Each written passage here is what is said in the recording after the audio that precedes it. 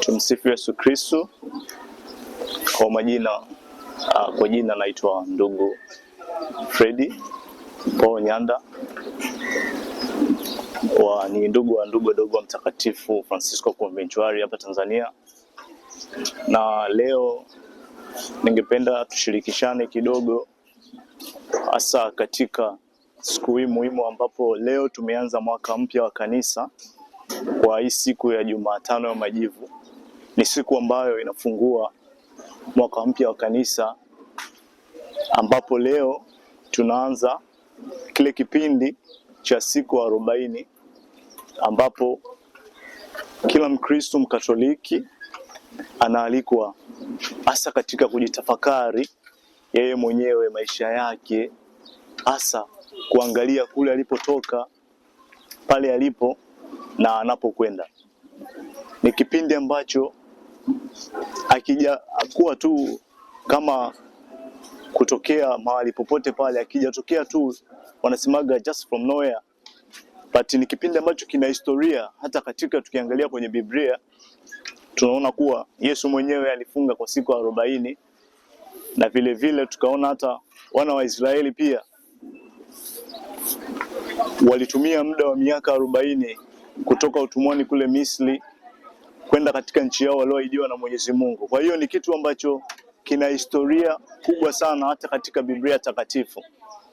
Kwa katika kipindi hiki sisi wa Kristo wa Katoliki tunaalikwa kujitafakari zaidi, kuangalia maisha yetu, na ni kipindi ambacho tunaalikwa hasa katika kufanya toba.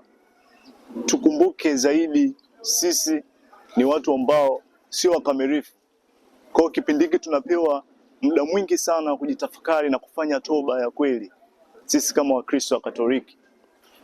Vile vile katika kipindi hiki tunasema kama kuna pillars 3 kubwa ambapo kila Mkristo Mkatoliki anabidi au inampasa afanye au avifate vitu hivyo, ambapo cha kwanza kabisa katika kipindi hiki tunaalikwa kusali zaidi.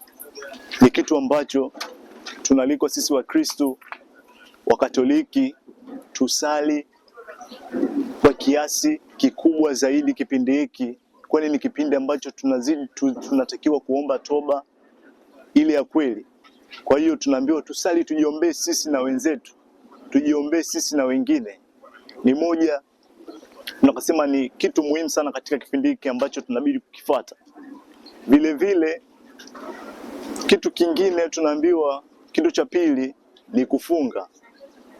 Tunaalikwa katika kipindi hiki cha siku 40 sisi wa Kristo wa Katoliki tufunge, na kufunga kwetu inabidi tujinyime vile vitu ambavyo tunavipenda kwa kiasi kikubwa sana. Tupunguze mambo ambayo sio ya maana sana katika maisha yetu.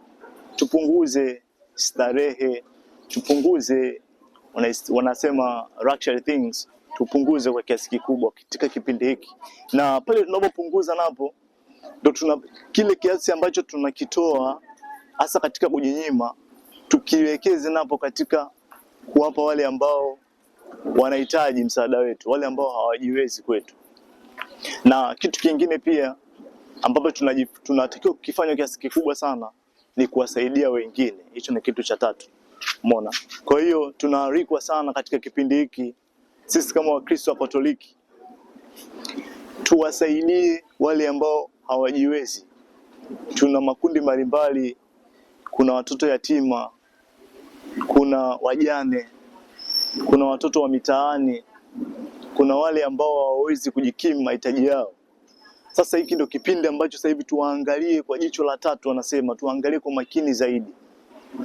Kwa hiyo kipindi hiki cha Kwaresima sisi wa Kristo tunaalikwa zaidi hasa katika kumrudia Mungu, na isiwe tu ndio katika kipindi hiki, bali ndio uwe mwanzo mpya hasa katika kumrudia Mwenyezi Mungu.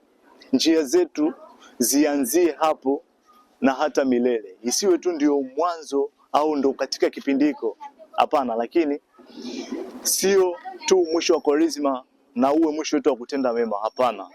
Bali leo tunakumbusha kwamba katika kipindi hiki uwe mwanzo mpya na uwe hata mwisho wetu katika siku zote za maisha yetu. Ni kipindi ambacho tunatakiwa siku zote kama Wakristo katika kusali, tusali, na vile vile inabidi sisi kama Wakristo tufunge kwa sababu tunaamini sana sala yoyote ambayo inatangulizwa na kufunga inamfikia Mungu mapema sana.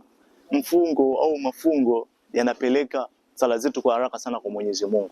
Vile vile tunakumbusha kwamba sisi kama Wakristo siku zote katika maisha yetu tuwe na ule moyo wa kusaidia wengine. Tuwe na ule moyo wa kuangalia wale ambao hawana mahitaji. Kwa hiyo sisi kama Wakristo katika vitu hivyo hiwe ndio kama silaha yetu siku zote katika maisha yetu, na sio tu Kwaresma bali uwe mwanzo mpya wa maisha ya Mkristo siku zote za maisha yake. Tumsifu Yesu Kristo.